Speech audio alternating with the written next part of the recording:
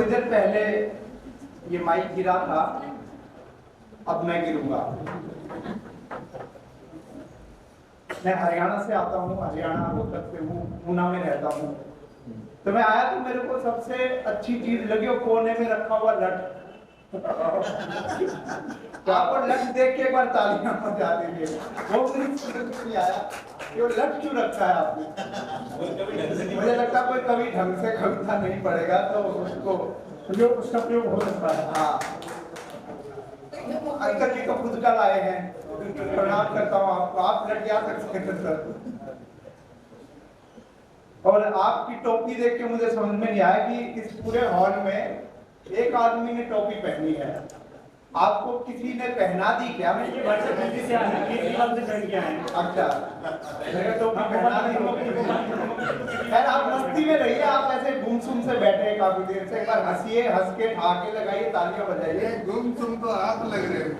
मैं बचपन से हूँ भाई साहब, मैं बचपन से हूँ। मैं एक बात बताता हूँ आपको, एक कहानी बताता हूँ। मैं जब पैदा हुआ तो मेरी दादी ने दाई को 11 रुपए देने चाहे। दाई ने मना कर दिया। तो दादी बोली कि 11 रुपए तो लेने ही पड़ेंगे। दाई बोली रहने दो ना जी, ये हुआ ही क्या है। ऐसे ऐसे किस्से होते। मैं तो मुंबई आ रहा था अभी दिल्ली से, तो एयरपोर्ट से मैं आ रहा था, एक लड़की बोली मेरी गाड़ी में बैठ जाओ। तो मैंने लिफ्ट दी उसने मुझे। तो मैंने सोचा कवि सम्मेलन तो रोज होते हैं।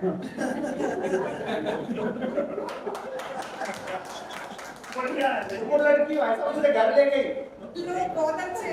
तो मैं बताना चाहता हूँ, सुनील साहिल देश का वो नाम है। आप इसको जी टीवी, सब टीवी, लपेटे में नेताजी, बहुत सारे प्रोग्राम के और श्रेष्ठ व्यंग्यकार हैं। इनकी टिप्पणियां सुनिए। और ऐसा कभी मुंबई में पहली बार मीरा रोड में हमारे बीच आया है, ये हमारे लिए सम्मान की बात है।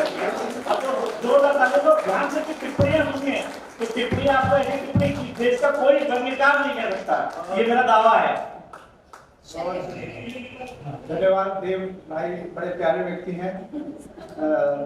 जो मैंने लिख के दिया था वो उन्होंने बोल दिया।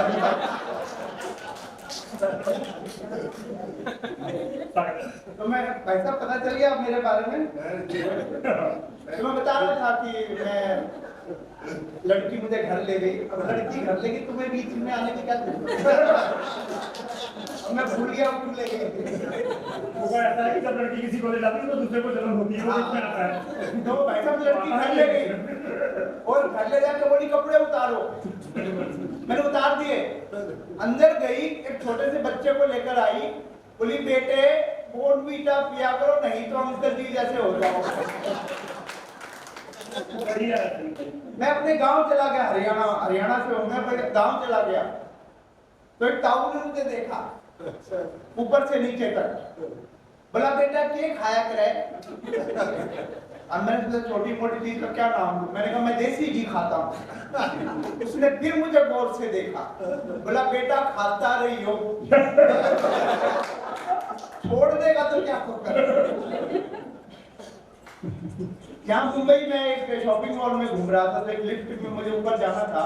तो लिफ्ट वाला जो था, देखो तुम्हारी पत्नी ने फोन कर दिया, अब घर जाके लड़ियो। तो मैं लिफ्ट के ऊपर जा रहा था, तो जो लिफ्ट वाला था वो हरियाणा का था।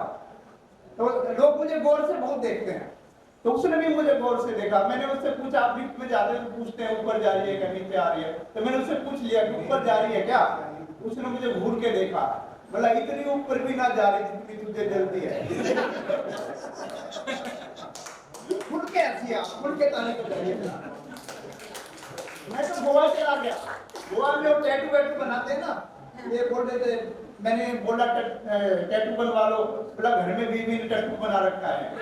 क्या टैटू? गोवा में चला गया तो मैंने एक टैटू बनवाने वाले के पास गया, तो उसको कहा कि मेरी जो सुडोल भुजा है उस पर टैटू बना दो। तो उसने सूक्ष्म दर्शी से निरीक्षण किया भुजा। बोला किसका बनाना है? मैंने कहा शेर का बनाओ। बोला सांप का बनेगा?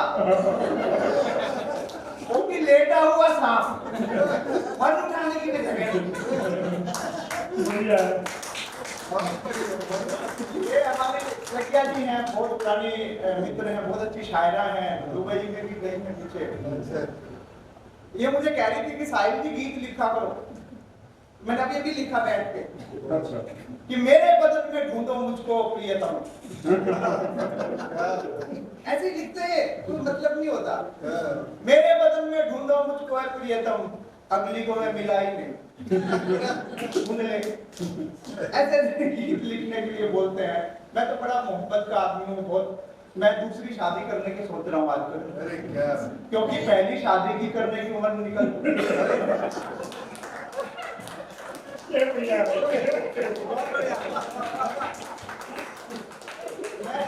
अब तो लगता है जवान, मतलब नया ढोलना हूँ, लेकिन मैं 46 वाले फसल से देख चुका। कहिए तो 46 जाड़े देख चुका। जाड़ों में ज्यादा जरूरत तो मैं बता रहा था कि पहले की जो लड़कियां थी, हमारे कितने वरिष्ठ लोग बैठे हैं, भूतपूर्व युवा बैठे हैं वरिष्ठ में, तो ये इनके जमाने में भाई साहब लड़कियां 1 किलो सेब में मान जाया करती थी।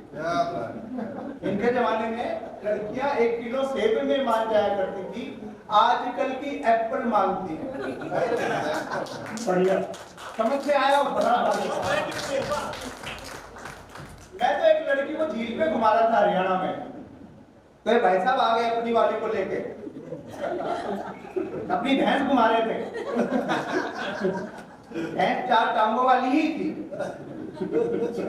तो मैं रोज घुमाने ले जाता था। नहीं आप कुछ और समझ लो। मैं रोज घुमाने ले जाता तो ये भी आते थे रोज। तो बोले इस लड़की को तो रोज घुमाने लाता है, तो इसे शादी को नहीं कर लेता। मैंने कहा फिर मैं घूमने किसके साथ आऊंगा।